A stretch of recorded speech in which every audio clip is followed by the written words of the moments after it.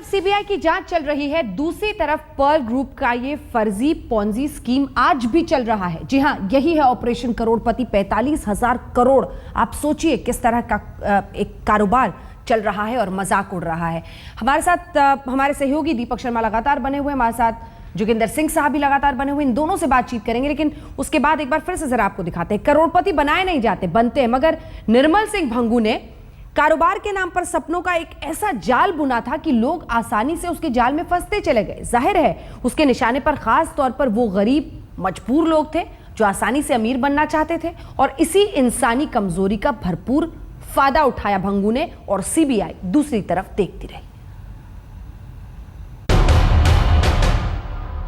देश के गांव-गांव और कस्बों से बटोरी गई खून पसीने की कमाई से निर्मल सिंह भंगू ने दुनिया भर में अपना कारोबार फैला दिया, लेकिन जिनका पैसा लिया था वो उन्हीं को भूल गए। उन्होंने बताया कि आपको 6 साल में पैसा डबल कर दिया जाएगा, तो मैंने पैसा उसमें इन्वेस्ट किया, लेकिन 6 साल अवधि पूरी हो गई और मैंने उस एजेंट से मिला तो उन्होंने अपने ऑफिस में बुलाया और इतने तरह के कागजात मांगे गए जिसमें पूरा करते करते 6 महीने बीत गए हैं, लेकिन अभी तक मुझे एक भी पैसा वापस नहीं मिला है। परांस कंपनी में पैसा जमा कर रही थी, इसके तहत बताया गया था कि 6 साल में डबल पैसा हो जाएगा। जब डेट पूरा होने पे मैं पैसा लेने गई तो वो पैसा देने में दिक्कत कर रहा था। भंगू का सितम झेलने में बिहार और राजस्थान के ही निवेशक नहीं हैं, बल्कि सीबीआई के मुताबिक ठगे गए निवेशकों की गिनती करोड़ों में जाती है। अब तक की जांच के मुताबिक सीबीआई का कहना है कि सबसे ज्यादा निवेशक उत्तर प्रदेश में ठगे गए हैं। उत्तर प्रदेश में ठगे गए 1.30 करोड़ निवेशक। महाराष्ट्र में पीड़ित निवेशकों की संख्या 61 लाख, तमिलनाडु में 51 लाख लुटे, राजस्थान में 45 लाख निवेशकों ने गंवाई जमा पूंजी, हरियाणा में 25 लाख निवेशकों की रकम डूबी। सीबीआई की प्रवक्ता कंचन प्रसाद का कहना, ग्रुप के मुखिया निर्मल सिंह भंगू और उनके सहयोगी सुखदेव सिंह से एजेंसी पूछताछ कर रही है। शुरुआती जांच से हमें पता चला है कि लगभग 45,000 करोड़ तक का इसमें कथित रूप से घपला हुआ है और करीब लगभग 5 करोड़ से भी ज़्यादा इन्वेस्टर्स जो इसमें हैं, उनको जो निवेशक थे उनको एक तरह से कहा जा सकता है कि ड्यूप किया गया है और सीबीआई इस केस की जांच कर रही है। जो दिल्ली बेस्ड कंपनी के प्रमोटर डायरेक्टर्स हैं उनसे पूछताछ की जा रही है। सीबीआई सूत्रों का कहना है कि भंगू का पासपोर्ट जब्त कर लिया गया है ताकि वो अरबों रुपए के स्कैम से बचकर कहीं विदेश न चले जाएं। सूत्रों के मुताबिक सीबीआई ने पर्ल ग्रुप के 35 बैंकों में सक्रिय 1000 खाते भी सील कर दिए। उधर सीबीआई के आरोपों को लेकर हमने पर्ल ग्रुप के मुख्यालय जाकर जवाब मांगने की कोशिश की, लेकिन हमें कोई जवाब नहीं दिया गया। फोन पर भी हमने कुछ अधिकारियों से बात करने की कोशिश की, उन्होंने इस मुद्दे पर बात करने से इनकार कर दिया। आखिरकार हमने स्टिंग ऑपरेशन में इस घपले को लेकर सवाल किए तो जवाब में हमसे कहा गया कि वो भागने वालों में से नहीं है और उनके पास इतनी संपत्ति है कि वो सारा पैसा एक झटके में चुकता कर सकते हैं।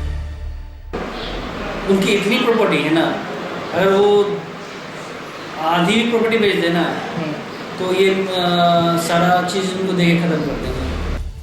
फिलहाल सत्ता के गलियारों से लेकर सीबीआई के ग्लास हाउस तक दबी जुबान में चर्चा है कि जो हाल निवेशकों के चक्कर में सहारा इंडिया सुप्रीमो सुब्रत राय का हुआ, कहीं वही हाल निर्मल सिंह भंगू का न हो जाए। पटना से अभिषेक कुमार, जयपुर से शरद कुमार और दिल्ली से उमेश कुमार के साथ अक्षय सिंह, आज तक। दीपक शर्मा हमारे सहयोगी, जोगिंदर सिंह पूर्व सीबीआई चीफ, और सीधे लिए चलते हैं आपको सतेन चौहान हमारे सहयोगी हमारे साथ जुड़ रहे हैं। सतेन, आपके साथ ऐसे निवेशक हैं जिनके पैसे लगे हुए हैं, जिनकी गाढ़ी कमाई मेहनत की लगी हुई है, और उसके साथ एक निजी फायदे के लिए अपना कारोबार चमकाने के लिए एक व्यक्ति कर रहा था। सीबीआई की जांच हो रही थी, सीबीआई की आंखें बंद, और वो अभी भी कारोबार कर रहा है। क्या कह रहे हैं वहां के निवेशक? देखिए अंजना, यहाँ पर जितने भी सारे लोग मौजूद हैं आप इनको देख सकते हैं, ज्यादातर गरीब तबके से हैं। हमारे पास 2 तरह के लोग यहाँ पर मौजूद हैं। एक वो लोग हैं जिन्होंने सीधे कंपनी में अपना पैसा लगाया, दूसरी तरफ वो लोग हैं जो और लोगों से पैसा इस कंपनी में लगवाते थे। हर किसी के हाथ में लंबी लंबी रसीदें हैं, कागज हैं, आप देख सकती हैं। यहां पर काफी सारे लोग ऐसे हैं जो एजेंट का काम करते थे। गांव के एक सरपंच हैं, इन्होंने पूरे गांव में कम से कम 20 लोगों के पैसे लगवा दिए और अब इनकी मैच्योरिटी 10 लाख के करीब ज्यादा हो गई है। गांव के लोग इनके पीछे पड़े हैं। पहले इनसे ही पूछते हैं, आपका नाम? श्री राम नाम है जी। कितने पैसे लोगों के पैसे लगवाए आपने, क्या सपने दिखाए थे और अब क्या हालात है? ये दिखाए है अभी 6 साल में दुगने पैसे हो जाएंगे। तो छोटी लड़की है, ये शादी के काबिल होगी तो आपको पैसे आ जाएंगे और शादी अच्छी अच्छी हो जाएगी। तो आप गांव के सरपंच हैं, आपने गांव के कितने लोगों के पैसे लगवाए? कम से कम 20-25 आदमियों को पैसे लगवाए हैं। मेरे खुद के आपके पैसे लगे हैं, मेरे मिसेज के नाम से पैसे मैंने लगाए हैं, मेरी लड़की के नाम से है। 3-4 लड़के मेरे आपके हैं, उन्होंने भी एजेंट में लगा के और आगे भी पैसे काफी कोई पैसे लगवा दिए। अब आपको जवाब क्या मिल रहा है? अब जवाब दे आगे आइयो जी, महीना रुक गए आइयो जी, महीना रुक गए आइयो। अब एक तो मेरे पास ये केस है, ये देखते हो आप, 12 महीने 30 तारीख का ये देखो ये है। और इसका जो पति है वो अपंग हो गया, अधरंग हो रहा है, और फिर भी मैंने हाथ जोड़ के रिक्वेस्ट करी भी पैसे दो, इलाज करवा ले। तो फिर भी ये पैसे नहीं, महीना मिलने मतलब 1 महीना ठहर के आइयो, मिलने फिर गए, फिर जाते हैं, फिर बीच में कोई अफसर आ जाता है भाई चलो एक तो रुको। तो अंजना, कहीं ना कहीं इन लोगों के सब्र के बांध का भी जवाब टूटता जा रहा है। आपको एक बच्चा मैं दिखा रहा हूं, इसकी उम्र तकरीबन 15-16 साल के करीब होगी। इसके माता पिता इस दुनिया में नहीं रहे और ये भी इस पॉलीथीन में तमाम तरह के कागज यहां पर लेकर आया है और इसकी सिर्फ इसके माता पिता की जो कमाई थी वो पूंजी इस पॉलीथीन के अंदर बंद है। और ये लड़का, आप गए थे, आपको क्या जवाब दिया जब आप पैसे लेने गए थे? बोले अभी ऊपर से नहीं आए पैसे, बाद में अगले महीने आना। कितनी बार आपने चक्कर लगाए और कितने पैसे आपके घर वालों ने जमा किए थे? 5-6 बार चक्कर लगाए हैं, पैसे इसमें ही लिखे हुए पता नहीं। जी सत्येन, बहुत सारी ऐसी कहानियां हैं, बहुत सारे ऐसे लोग हैं जो परेशान होकर दर बदर धक्के खा रहे हैं। अंजना, 5 करोड़ ऐसे लोग हैं सत्येन, 5 करोड़ जो पॉलिथीन की पैकेट्स में इस तरह के रसीद लेकर घूम रहे हैं क्योंकि उनकी पूरी जिंदगी की कमाई, किसी की बेटी की शादी होनी थी, किसी को घर बनाना था, ऐसे तमाम कामों के लिए। और आपने दीपक बताया कि किस तरह से ये कारोबार चल रहा था। मतलब सीबीआई कर क्या रही थी, कैसे ऐसी दुकानें खुली हुई हैं अभी भी जहां पर जाकर हमारे रिपोर्टर्स आज भी इन्वेस्टमेंट की बात कर रहे हैं? देखिए, सबसे बड़ी बात यह है कि इस पूरे मामले में सुप्रीम कोर्ट के कहने पर सीबीआई ने छापे भी डाले, इंट्रोगेशन भी किया, लेकिन 16 मई के बाद जब चुनावी नतीजे आए तो सीबीआई का फोकस अब शारदा कंपनी की तरफ है। वो कंपनी जिस पर मोदी जी ने वहां पर कहा था कि चिट फंड जो है एक बहुत बड़ा पाप है और इस पर कार्रवाई होनी चाहिए। पश्चिम बंगाल, जिसमें ममता बनर्जी का। तो अभी जो फोकस है वो शारदा पर है और जो पर्ल है, वो जो मोती है, लगता है वो सीबीआई के जो हथेली उससे बाहर निकल गया है और फोकस जो है वो शारदा पे हो रहा है। अगर फोकस पर्ल पर होता तो कम से कम अभी भी जो खेल हमने दिखाया अपने स्टिंग ऑपरेशन में कि किस तरह अभी भी 2 करोड़ का को ब्लैक को वाइट कर रहे हैं, मनी लॉन्ड्रिंग कर रहे हैं। पहली बार मैंने ऐसा देखा है कि एक तरफ जांच हो रही है और दूसरी तरफ वो जो अंधेर गर्दी है वो जारी है। ये दोनों है कहाँ भी, भंगू और उसके साथी जो सुखदेव सिंह उसका साथ में काम करता है? देखिए, जो जानकारी हमको मिली है दोनों से ही इंट्रोगेशन हुआ है। ऐसा कहा जा रहा था कि ऑस्ट्रेलिया चले गए हैं, लेकिन सीबीआई का कहना है कि वो देश में ही हैं और उनसे इंट्रोगेशन हुआ है। हो सकता है कि दोबारा फिर एक बार उनसे पूछताछ हो। अगली सुनवाई कब है? देखिए, सुनवाई तो अभी नहीं है, लेकिन सीबीआई अभी भी इन्वेस्टिगेशन कर रही है जी, तो सुप्रीम कोर्ट के इंस्ट्रक्शंस पे। जोगिंदर सिंह साहब, सेबी पहले नोटिस करता है कि कैसे एक छोटा कारोबारी धीरे धीरे 45,000 करोड़ का पूरा कारोबार बैठा लेता है हिंदुस्तान से लेकर ऑस्ट्रेलिया अपने निजी फायदे के लिए। नंबर 1, सेबी के नोटिस पर जब सेबी सुप्रीम कोर्ट जाता है तो सुप्रीम कोर्ट सीबीआई जांच के आदेश देती है।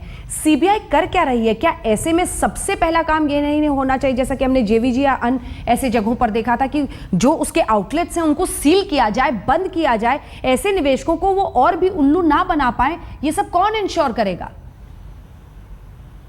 देखिए साहब, आपने जो कहा ठीक कहा, पर इतनी मल्टी एजेंसीज हैं इस देश में एक ही प्रॉब्लम को हल करने के लिए, ब्लैक मनी की, चाहे वो सेबी हो, चाहे वो स्टॉक एक्सचेंज हो, चाहे इन्फोर्समेंट हो, चाहे इनकम टैक्स हो।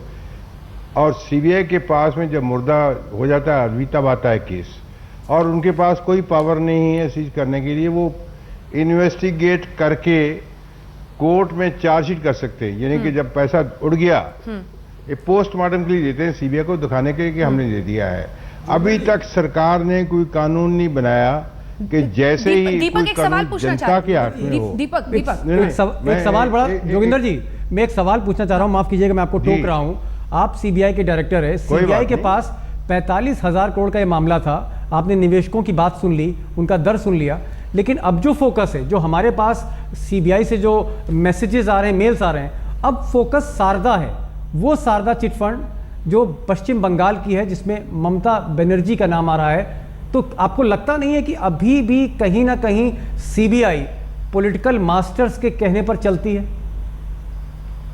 नहीं, इतनी खराब नहीं है सीबीआई जितनी आप बनाते हैं। देखिए इसकी टोटल स्ट्रेंथ है 6,500। आपने मेरे सवाल का जवाब नहीं दिया। 5300। मैं वही जवाब उसी पे आ रहा हूं। तो 5300 में से जो है 1200 इन्वेस्टिगेटर हैं।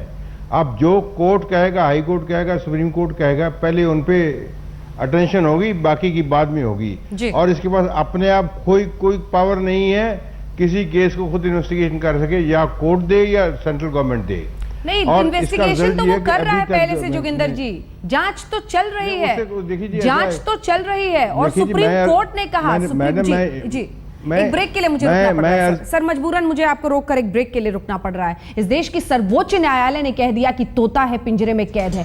ये करोड़पति पैसों से खेलता रहा और ये आम लोगों की मेहनत की कमाई थी, उनका मजाक उड़ता रहा, उनके पैसे से खेल होता रहा।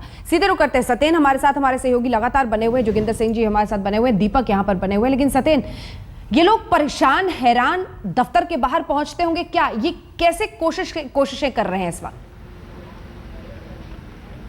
देखिए, इन लोगों ने बहुत मेहनत करी है, बहुत कोशिशें करी है। जो मैनेजमेंट है, जिन दफ्तरों के थ्रू इन्होंने पैसे जमा कराए थे, वहां पर ये बार बार गए हैं और एक दो लोग नहीं है, ये लाखों की तादाद में। फिलहाल हम आपको जितने भी लोग दिखा रहे हैं अंजना, इन सबके हाथ में वो रसीदें हैं, वो इनके सपनों के पुलिंदे हैं, जो इन्होंने ये सोचकर पैसे लगाए थे कि दुगने हो जाएंगे, 5 साल में 3 गुना हो जाएंगे। और अब जब ये उन दफ्तरों में जा रहे हैं जहां पर इन्होंने पैसे जमा कराए थे, अब इनको धक्के खाने पड़ रहे हैं और इनको कोई संतोषजनक जवाब कहीं से नहीं मिल पा रहा है। बिल्कुल। और दीपक, फोन शो करते वक्त एक फोन आपको आ गया कि कैसे दिल्ली में भी कारोबार चल रहा है। यहाँ पर भी एक फोन आ रहा है कि पश्चिम बिहार से मेरे पास फोन आया है और उनका कहना है वहाँ भी कंपनी का दफ्तर है और रोज भीड़ लग रही है।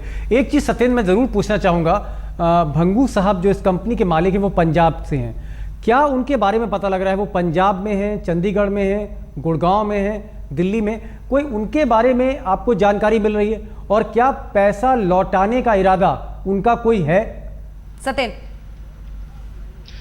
देखिए दीपक, जो आपने सवाल किया है, ये सवाल अब तक करोड़ों लोगों के दिमाग में, जहन में घूम रहा है। और पहले ये कहा जा रहा था कि भंगू साहब देश में नहीं है, बाहर चले गए हैं, और ये जानकारी उन्हीं के ऑफिस के अधिकारियों ने, लोगों ने, आम लोगों तक पहुंचाई। लेकिन अब जबकि आपने खुद बताया है कि सीबीआई का ये कहना है कि उनका पासपोर्ट जब्त कर लिया गया है, तो अभी तक यहां पर कोई ये बताने वाला नहीं है भंगू साहब कहां हैं। हालांकि काफी कोशिशें हमने भी अपने लेवल पर की हैं, और जो इस भंगू साहब के अलावा जो सुखदेव सिंह है, जो दूसरे अदर डायरेक्टर्स हैं, वो काफी सारे लोग हैं। हाँ, एक बयान थोड़े दिन पहले कंपनी ने एक प्रेस रिलीज जारी करके कहा।